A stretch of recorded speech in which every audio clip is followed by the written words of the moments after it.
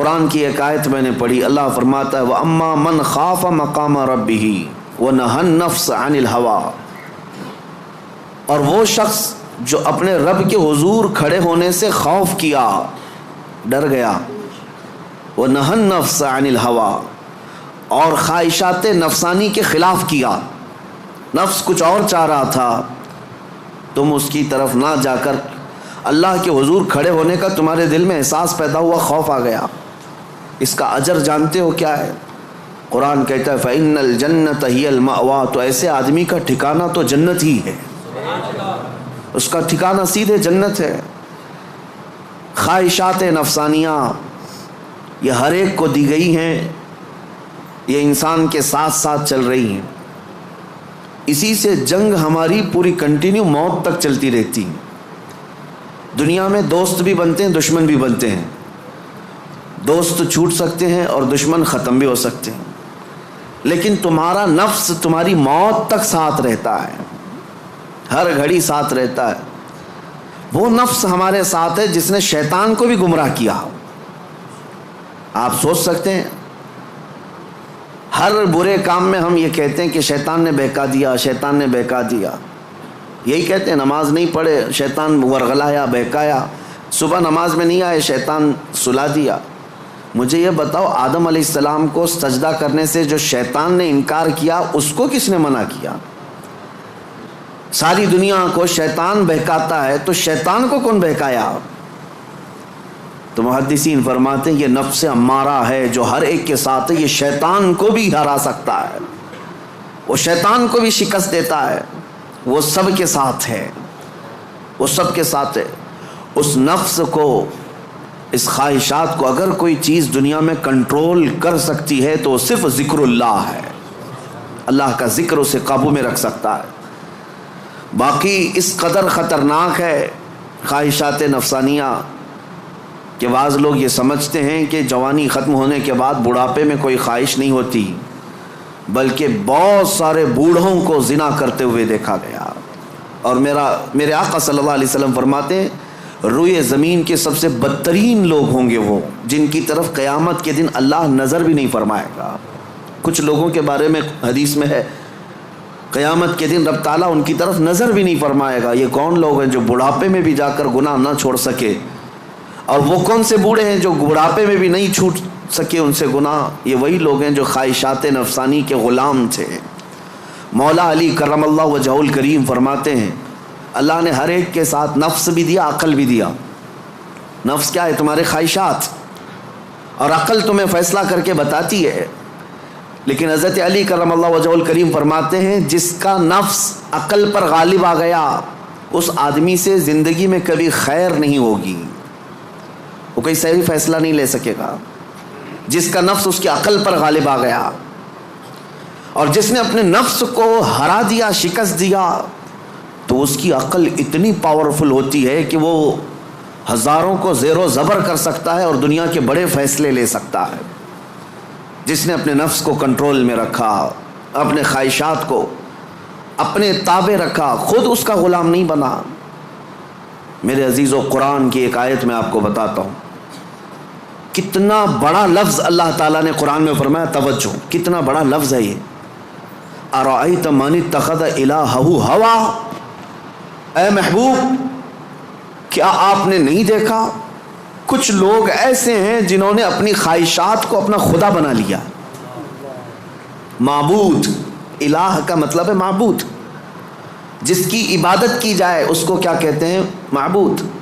اور قرآن کہتا ہے کچھ لوگ ایسے ہیں جنہوں نے اپنے نفس کو، اپنی خواہشات کو اپنا معبود بنا لیا۔ یہ قرآن کی آیت ہے، 2 جگہ آئی ہے۔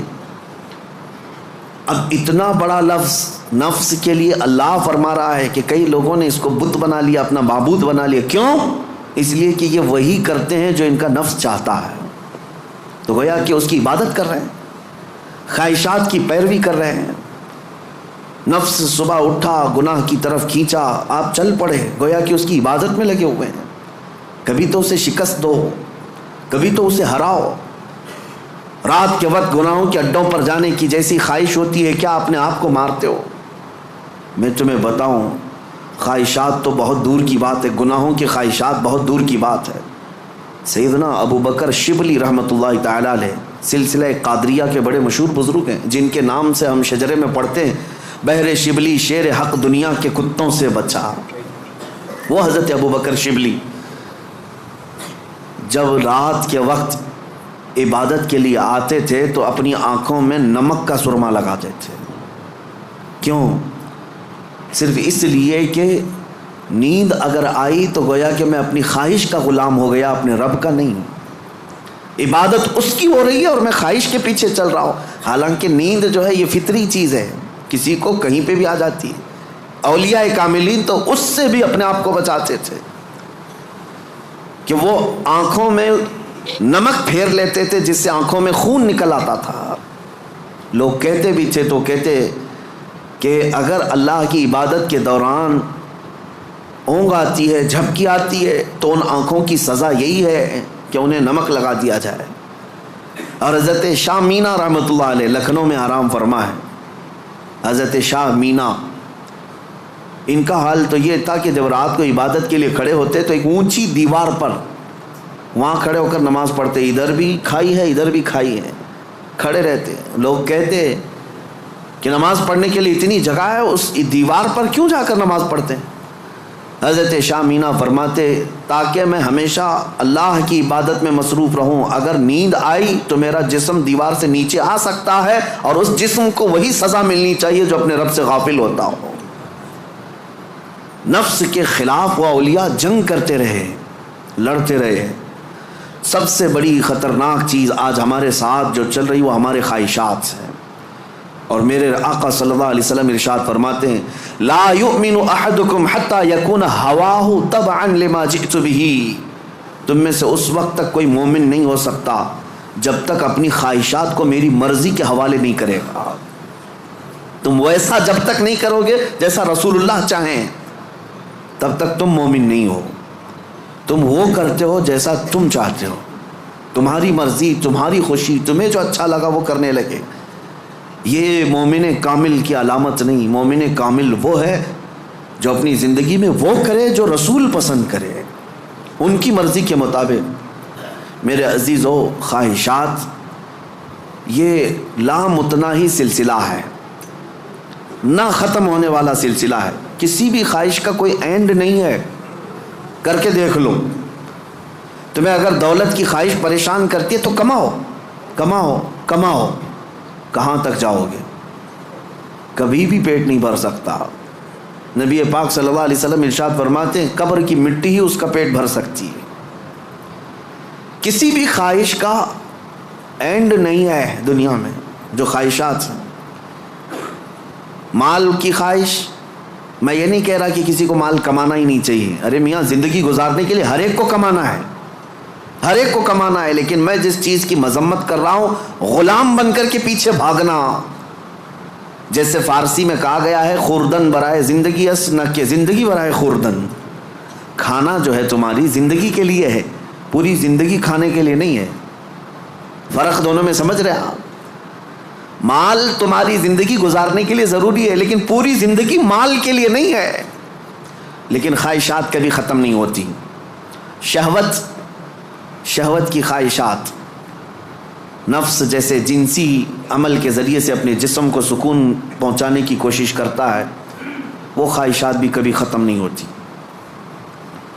کبھی ختم نہیں ہوتی۔ اگر اس نے اپنے اس گھوڑے کو، نفس کے گھوڑے کو آزاد چھوڑ دیا تو کہیں پر بھی اس کی خواہشات جا کر رکتی نہیں۔ نہ وہ ایک عورت پر صبر کر سکتا ہے، نہ 10 عورتوں پر، نہ 100 عورتوں پر۔ اگر اس نے اپنے خواہشات کے اس گھوڑے کی لگام نہیں پکڑی تو کہیں اینڈ نہیں ہے اس کا، کہیں اینڈ نہیں ہے۔ مرنے کے وقت بھی یہ خواہشات اسے گناہ کی طرف لے جا سکتی ہیں۔ یہ شرمگاہ کی خواہشات اور زبان کی جو خواہشات ہیں، چٹکارا جس کو کہتے ہیں، لذت، اس کا بھی کوئی اینڈ نہیں۔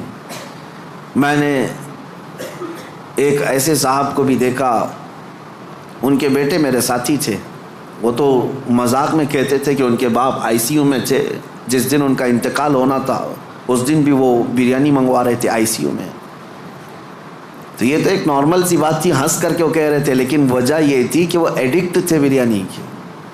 کھانے کے، گوشت کے، تو ایک لمٹ ہوتی ہے کسی آدمی کی، لیکن اگر اس نے خواہشات کو آزاد چھوڑا تو وہ کہیں پر بھی جا کر نہیں رک سکتا، نہ آئی سی یو، نہ آپریشن، نہ کوئی چیز، اسے کوئی چیز نہیں روک سکتی سوائے موت کے۔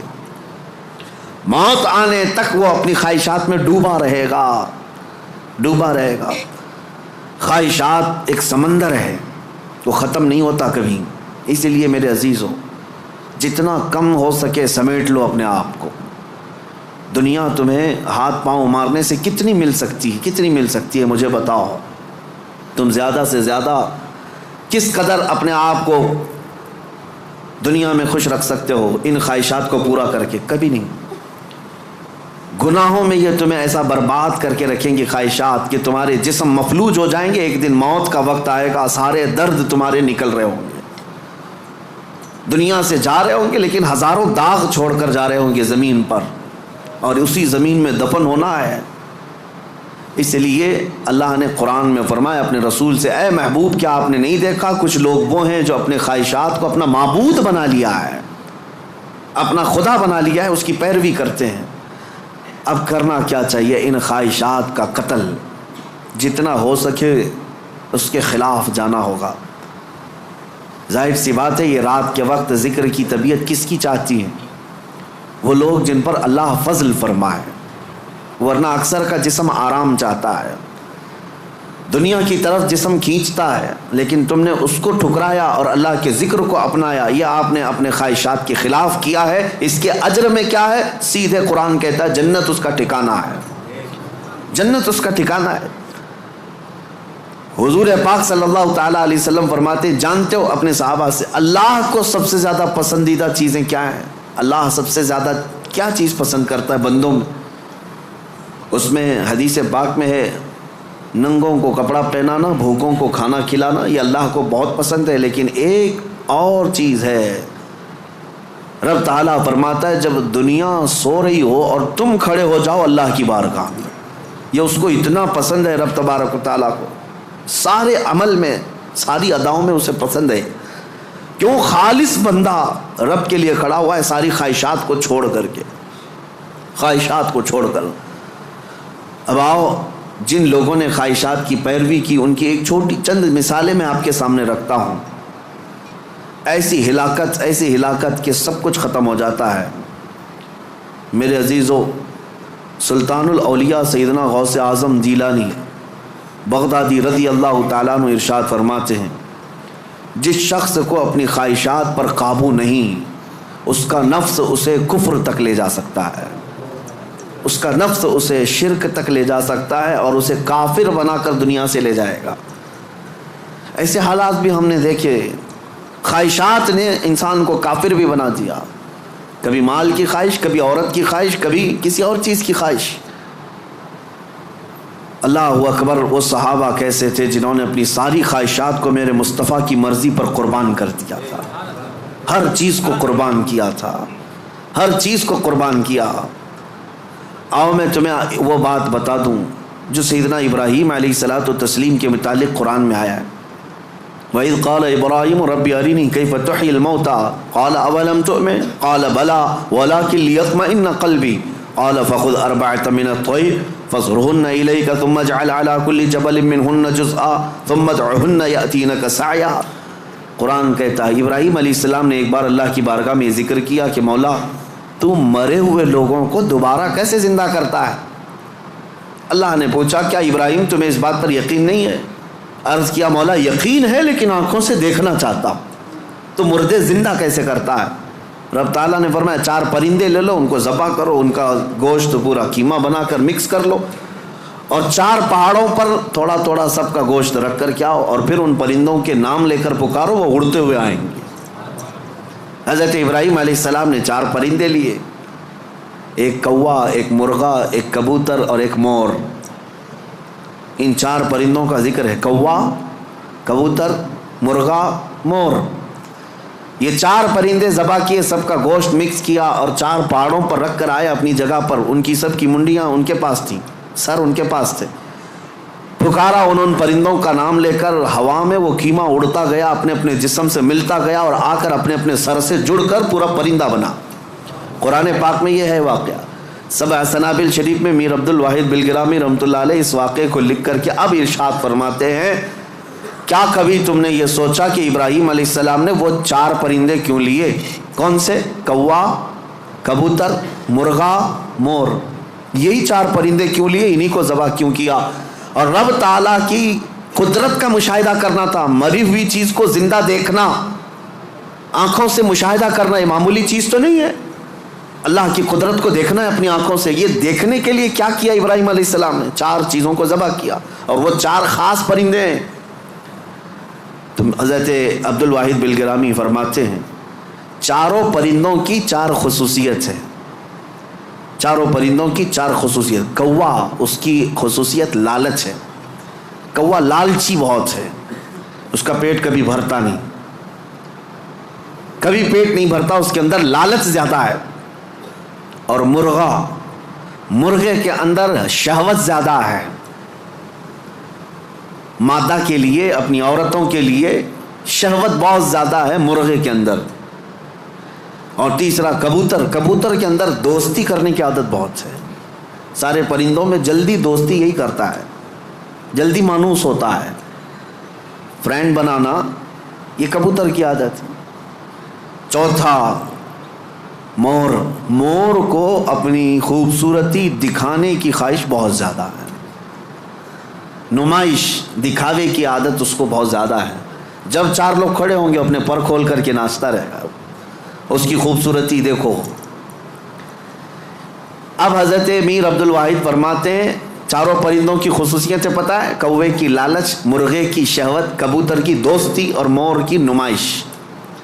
فرماتے ہیں حقیقت میں ابراہیم علیہ السلام نے جانوروں کو ذبح نہیں کیا، ان کے اندر موجود بری عادتوں کو ذبح کیا. ابراہیم علیہ السلام نے کوے کو نہیں لالچ کو ذبح کیا، مرغے کو نہیں شہوت کو ذبح کیا، کبوتر کو نہیں بلکہ ایرے غیرے کی دوستی کو ذبح کیا، مور کو نہیں دکھاوے کو ذبح کیا. اور جب بندہ یہ 4 بری عادتوں کو ذبح کرتا ہے مولا اس کو اپنی قدرت کے مشاہدے کراتا ہے. رب تبارک و تعالیٰ کی قدرت کے وہ مناظر دیکھ سکتا ہے. مردوں کو زندہ کیسے کیا جاتا ہے یہ دکھایا جائے گا. اس آیت میں ایک بہت بڑی عبرت کی بات ہے کہ اللہ کے نبی کو یہ حکم دیا گیا. اس طرح میرے عزیزو اگر ہمارے اندر موجود یہ خواہشات، یہ سب کا تعلق خواہشات سے، لالچ، شہوت، دوستی اور ریاکاری، سب کا تعلق نفس سے ہے. یہ سب کا تعلق نفس سے ہے. لالچ کو ختم کر لو، شہوت کو ختم کر لو، کنٹرول میں رکھو. اور دوستی کے لیے بہت سارے لوگوں کو برا لگ رہا ہوگا کیا دوست نہیں بنانا چاہیے؟ یقیناً دوست بناؤ. میں آپ کا دوست ہوں، آپ میرے دوست ہیں. یہ دوستی کس بنیاد پر ہماری بنی ہے؟ صرف اور صرف اللہ اس کے رسول کی بنیاد پر. جو دوستی اس بنیاد پر بنی ہو وہ دوستی جنت تک لے جائے گی. اور جو دوستی صرف حرام کاریوں کی بنیاد پر بنی ہے، قیامت کے دن کچھ لوگ تو بیچارے یوں ہی جا رہے ہوں گے دوزخ میں. وہ کچھ کیے نہیں تھے، وہ یوں ہی جا رہے تھے. کیوں؟ قرآن کہتا ہے وہ چلا رہے ہوں گے یا ویلتا لیتنی لم اتخذ فلانا خلیلا، اے کاش میں فلاں کو دوست نہیں بنایا ہوتا تو اچھا ہوتا، اس نے گناہ کیا، پکڑ میری بھی ہو رہی ہے. پولیس چھاپا مارتی ہے اور جو گناہوں میں ملوث ہے یا غیر قانونی کاموں میں ملوث ہے اس کو تو دھر دبوچتی تو ہے ہی ہے، لیکن پھر کنیکشن دیکھتی ہے کس کے ساتھ، یہ کس کے کانٹیکٹ میں تھا. پھر ٹریک کیا جاتا ہے، کہاں ٹریک کر کے اٹھاتے رہتے ہیں. ابھی ہمارے علاقے میں 6 مہینے پہلے کچھ وائلیشن ہوا تھا جس میں پکڑتے 150 تک کو لے کے گئے، صرف اس لیے کہ مین آروپی جو کام کیا تھا اس کو انہوں نے موبائل میں ادھر ادھر فارورڈ کیا تھا یا صرف دیکھ کر کے اپنے پاس محفوظ کیا تھا. گناہ میں برابر کے شریک دنیا میں سمجھے جا رہے ہیں. تو دوستی میرے عزیزو یہ خواہشات پر اگر ہے تو یہ جہنم میں لے جانے والی ہے. اور ریاکاری یہ بھی بہت خطرناک چیز ہے. جس نے ریا کیا، دکھاوے کے لیے کوئی بھی کام کیا، قیامت کے دن سب اس کے منہ پر مار دیا جائے گا. اب آؤ خلاصہ میں آپ کو بتاؤں. خواہشات کو اگر کنٹرول پر نہ رکھا گیا تو سنو، دو روایتیں میں آپ کو بتاتا ہوں. اگر انسان اپنے خواہشات کو کنٹرول میں نہ کیا تو وہ جانور سے زیادہ ذلیل ہوتا ہے. یہاں تک کہ بزرگوں نے لکھا ہے کہ وہ اپنی ماں سے زنا کر سکتا ہے اور بیٹی سے بھی زنا کر سکتا ہے. اگر اس نے خواہشات کو اپنے قابو میں نہیں رکھا، وہ سب کچھ کر سکتا ہے، اور ہوا ہے دنیا میں اور ہو بھی رہا ہے. یہ ہمارے لیے حیرت کی بات ہے، تعجب کی بات ہے، اس لیے کہ ڈر لگتا ہے. لیکن بے شمار ایسے معاملات موجود ہیں میاں، یہ تو ہم معاذ اللہ نعوذ باللہ پڑھ رہے ہیں. اس بری خبر کو سن کر تمہیں حیرت ہوگی، کچھ ایسے لوگ ہیں جو کورٹ میں آئے ہیں بھائی بہن شادی کرنے کے لیے، اجازت مانگنے کے لیے، سگے بھائی اور بہن. اور اتنا ہی نہیں بلکہ عرب ممالک میں خود ہو کر کے آیا، کئی گھروں کے اندر یہ بے حیائیاں موجود ہیں. بہنوں کو محفوظ رکھنے کے لیے بھائیوں سے دور کیا جا رہا ہے. کیوں؟ خواہشات پر کنٹرول نہیں، انہیں ڈر ہے اپنے سگے بھائی سے. اسی کی ماں سے پیدا ہوا بھائی، اس سے خاتون ڈرتی ہے. یہ ان علاقوں میں نے دیکھا ہے، ان علاقوں میں، اگر میری بات غلط ہو تو مجھے بتانا ہو. عرب ممالک کی بات میں کر رہا ہوں. کئی گھروں میں خواتین اپنے سگے بھائیوں سے ڈر کر کے رہتی ہیں کہ وہ اکیلا پائیں تو ہماری عزت کے ساتھ کچھ بھی کر سکتا ہے. اللہ کی پناہ. یہ کب ہوتا ہے؟ جب خواہشات کے گھوڑے کو آزاد کر دیا جائے. یہ کبھی قابو میں نہیں آئے گا، یہ کبھی قابو میں نہیں آئے گا. اس کو قابو میں کرنے کے لیے دنیا کی طاقتیں، کوئی انجیکشن اور ٹیبلٹ نہیں، اس کو صرف اور صرف اللہ کا ذکر کنٹرول میں لا سکتا ہے، قابو میں لا سکتا ہے.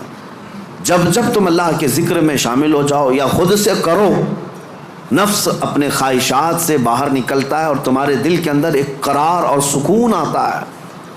تم توبہ بار بار کرتے رہو گے اور اس سب سے نکلنے کی بار بار خواہش کرتے رہو گے. اور اس کو چھوڑ دو، دیکھو کتنے خواہشات جنم لیتے ہیں، کتنے خواہشات جنم لیتے ہیں.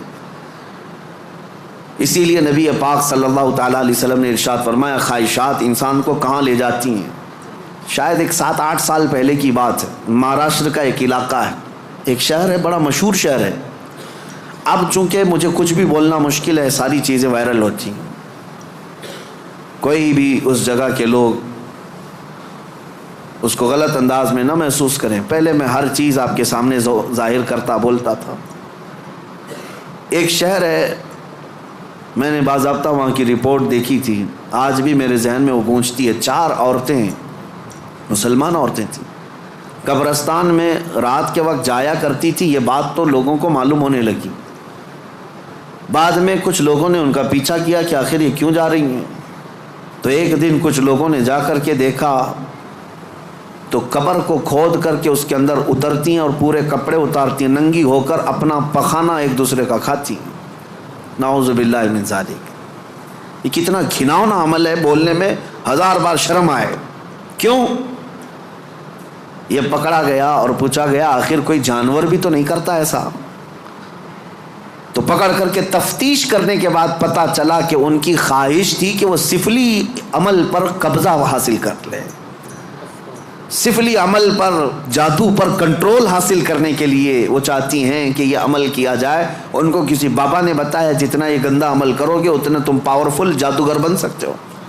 یہ خواہشات ہیں، یہ خواہشات ہیں. تم صرف اور صرف لوگوں میں اپنا تھوڑا سا رتبہ بڑھانے کے لیے سحر، سفلی اور جادو کے طریقے کو اپنانے کی کوشش کرتے رہے، اور وہ حاصل کرنے کے لیے کتنا گرے. اور ممبئی شہر کا ایک محلہ ہے، یہاں پر بھی یہ خبر میرے پاس جو آئی اس کے افراد آج بھی موجود ہیں. یہ خواہشات ہیں. ایک بابا کو سفلی عمل کے اندر مہارت حاصل کرنے کے لیے روزانہ بستر پر خنزیر کو ساتھ سلانا پڑتا ہے. یہ اس سے بڑا عذاب کیا ہے جو دنیا میں تو خود جھیل رہا ہے. لیکن میں اس کا دوسرا رخ یہ بتاتا ہوں کہ اگر خواہشات پر کنٹرول نہیں تو انسان جانور سے زیادہ ذلیل ہوتا ہے، بہت گرتا ہے. ایسے بھیانک کام اس سے صادر ہوتے ہیں جو ہمارے وہم و گمان میں بھی نہیں آتے، سوچ میں بھی نہیں آتے. یہ نفس کا گھوڑا بہت تیز دوڑتا ہے. اس کو عقل پر غالب آنے نہ دینا کبھی، ان خواہشات کو اپنے دل پر یا اپنی عقل پر غالب آنے ہرگز نہ دینا، ورنہ اتنے بھیانک کام یہ کروا جاتا ہے۔ اللہ اکبر، اللہ اکبر۔ مدینہ طیبہ کے متعلق امام غزالی رحمۃ اللہ علیہ نے لکھا ہے کہ ایک شخص ایسا تھا جو لوگوں کے دفن ہونے کے بعد قبر کھود کر کے ان کے کفن چراتا تھا اور پھر اس کو بازار میں بیچتا تھا، لیکن ایک بار اس نے ایک خاتون کے قبر کو کھودا اور کفن چرایا، اس کی نیت خراب ہوئی، مردے کے ساتھ اس نے بدکاری کیا، نعوذ باللہ من ذالک۔ میں یہ باتیں کیوں کہہ رہا ہوں؟ یہ گناہ ضرور ہیں، بولنے میں مجھے بھی جھجک تو آ رہی ہے، دیکھیں جھریاں آ رہی ہیں جسم کے اندر، رونگٹے کھڑے ہو رہے ہیں، لیکن صرف اس لیے بتا رہا ہوں کہ ہم ایک مردے کو دیکھ کر کے سسک جاتے ہیں، سہم جاتے ہیں کہ کسی کی موت پر انسان کا جسم بے قابو رہتا ہے، غمگین رہتا ہے، لیکن اگر ان حالات میں بھی موت کے بعد یا قبرستان میں جانے کے بعد بھی کوئی انسان ایسا کر سکتا ہو کہ قبر کو کھود کر کے اس کو ننگا کر دے مردے کو اور پھر اس کے ساتھ بدکاری کرے، یہ کون سی چیز وہاں تک لائی اس کو؟ یہ خواہشات، یہ وہ نفس امارہ، نفسانی خواہشات۔ اسی لیے مولا علی کرم اللہ وجہہ الکریم نے فرمایا جس کے خواہشات، جس کا نفس اس کے عقل پر غالب آ گیا، زندگی بھر اس سے کوئی خیر ثابت صادر نہیں ہوگا، کوئی اچھا کام اس سے نہیں نکل پائے گا۔ اپنی عقل پر ان خواہشات کو غالب آنے ہرگز مت دینا۔ ہم نے دیکھا ہے یہ تمام معاملات تجربے کے طور پر، میں آج آپ کے سامنے یہ ذکر کر رہا ہوں کیونکہ آج علاج کا دن ہے، آج علاج کا دن ہے۔ ہمارے جو زخم لگے ہوئے ہیں، ایک بار رحمان کو پکارو، وہ سب زخم بھر جائیں گے۔ آج کی یہ مجلس علاج کی مجلس ہے کہ تم اللہ رب العزت کو آج پکارو گے، تمہارے زخم بھر جائیں گے۔ اور اسی لیے میں بارہا کہتا بھی ہوں، ذکر کی مجالس میں شرکت کرو، یہ اتنا تمہیں پاورفل بنا دیں گے، اتنا پاورفل کہ گناہوں سے خود بخود تمہیں نفرت پیدا ہو جائے، خواہشات پر کنٹرول تمہارا خود کا حاصل ہو جائے۔ ورنہ میں چیلنج کے ساتھ کہتا ہوں، جاؤ دنیا میں گھوم پھر کر کے آنا، بڑے سے بڑے ڈاکٹر کے پاس وزٹ کر کے آؤ، بڑے سے بڑے حکیم کے پاس جا کر کے آؤ، کسی بڑے سائیکسٹرسٹ کے پاس جا کر کے آؤ، نفس کے متعلق اس سے کوئی علاج لے کر کے آؤ کہ میرا کنٹرول نہیں ہے، آپ مجھے کوئی گولی دے دو، کوئی معجون دے دو، کوئی انجیکشن دے دو، ہو سکتا ہے تمہیں نیند کی گولی تو دے دے، ہو سکتا ہے تمہیں وہ مکمل ختم کرنے کی دوا تو دے دے، لیکن تمہارے کنٹرول، خواہشات کو کنٹرول کرنے کی کوئی دوائی نہیں دے سکتے۔ اس کا کنٹرولنگ پاور جس نے پیدا کیا وہی دے سکتا ہے۔ اسی لیے میں آپ کو بتاؤں، اب تم اپنے نفس کے کنٹرول کے لیے کس سے مدد مانگو گے؟ کس سے مدد مانگو گے؟ سنو توجہ سے، اعوذ باللہ من الشیطان الرجیم پڑھتے ہیں آپ، اعوذ باللہ من الشیطان الرجیم، جس کا مطلب کیا ہے؟ میں اللہ کی پناہ مانگتا ہوں شیطان مردود سے، کہ اللہ مجھے بچا لے، کس سے؟ شیطان مردود سے مجھے بچا لے۔ یا آپ کس سے پناہ مانگ رہے؟ کس کی بارگاہ میں پناہ مانگ رہے ہیں؟ اللہ کی بارگاہ میں، کہ مولا تو مجھے پناہ دے دے۔ اس کے متعلق حکیم احمد یار خان نعیمی رحمۃ اللہ علیہ فرماتے ہیں، اس کی مثال یوں سمجھو، جیسے کسی کے ہاں آپ ملنے کے لیے گئے، اس نے گھر کے باہر کتا پال رکھا ہو حفاظت کے لیے یا کسی کام کے لیے، دشمنوں کے لیے یا کسی بھی غرض کے لیے کتا پال رکھا ہو، اور آپ گئے گھر کے باہر کھڑے، کتا بھونکنا شروع کر دیا، دروازے میں جا ہی نہیں پا رہے، آپ اس کتے کو کنٹرول کیسے کرو گے؟ آپ اپنے دوست کے گھر اندر جا رہے ہیں لیکن کتا باہر ہے، کتا جیسی قریب جاتے ہو بھونکتا ہے، اب آپ دروازے کے اندر جانا چاہتے ہیں تو اس کتے پر کنٹرول کیسے پاؤ گے؟ رسی ڈالو گے اسے، پتھر مارو گے، جتنا مارو گے اتنا اچھل کود کرے گا۔ اس کا سیدھا سا طریقہ یہ ہے، جس کا کتا ہے اسے بلاؤ۔ حکیم احمد یار خان نعیمی رحمۃ اللہ علیہ فرماتے، اسی کو پکارو، بھائی ذرا باہر تو آ جاؤ، اور وہ جب آئے گا مالک کو کتا اچھی طرح پہچانتا ہے، وہ اس کو کنٹرول میں کر دے گا، اس کو تھوڑا سا اپنی آواز میں ہٹا دے سائڈ میں، کتا ہٹ جائے گا، دروازہ کھلا ہے آ جاؤ، دوست اپنے دوست سے ملاقات کر لے گا، لیکن اس بیچ والے کتے کے کنٹرولنگ کے لیے کتے کے مالک کو ہی پکارنا ہوگا۔ اسی لیے حکیم احمد یار خان نعیمی رحمۃ اللہ علیہ فرماتے ہیں نفس ایک کتا ہے جو تمہیں تمہارے رب کے دروازے پر جانے سے پہلے بھونکتا ہے، دروازے میں کھڑا ہو جاتا ہے، نہیں جانا مسجد، نہیں جانا اس ذکر پر، نہیں جانا ان محافل میں۔ اس کتے پر کنٹرولنگ کیسے حاصل ہوگا؟ فرمایا گیا اسی لیے تم اس کتے کے مالک رب ذوالجلال کو ہی پکارو، پیدا تو اسی نے کیا ہے، رب تبارک و تعالیٰ نے پیدا کیا ہے، اور وہی تمہیں اس پر قبضہ بھی دے گا۔ اسی کے متعلق فرمایا گیا اللہ نے پہلے ہی قرآن پڑھنے سے پہلے حکم کیا دیا، یہ پڑھو اعوذ باللہ من الشیطان الرجیم، میں اللہ کی پناہ مانگتا ہوں شیطان مردود سے۔ آج ہم اسی لیے اس مسجد میں آئے بھی ہیں۔ میں نے نفس کے متعلق جو باتیں ذکر کی، یقیناً نفس نے بہتوں کو اندھا کر دیا، بہتوں کو برباد کیا، بہتوں کو گمراہ کیا، کئی کو کافر کیا۔ جو کفار و مشرکین ہیں نا، وہ صرف نفس کی سنتے ہیں، اگر حقیقت میں وہ تمام مشاہد اور مناظر میرے رب ذوالجلال کی قدرت کے نفس کو چھوڑ کر کے دیکھتے تو ایمان ضرور لاتے، ایمان ضرور لاتے۔ وہ نفس کی پیروی کر رہے ہیں اور نفس کی خواہشات لوگوں کو کافر بنائے رکھی ہے، وہ نہیں آ پاتے اس طرف۔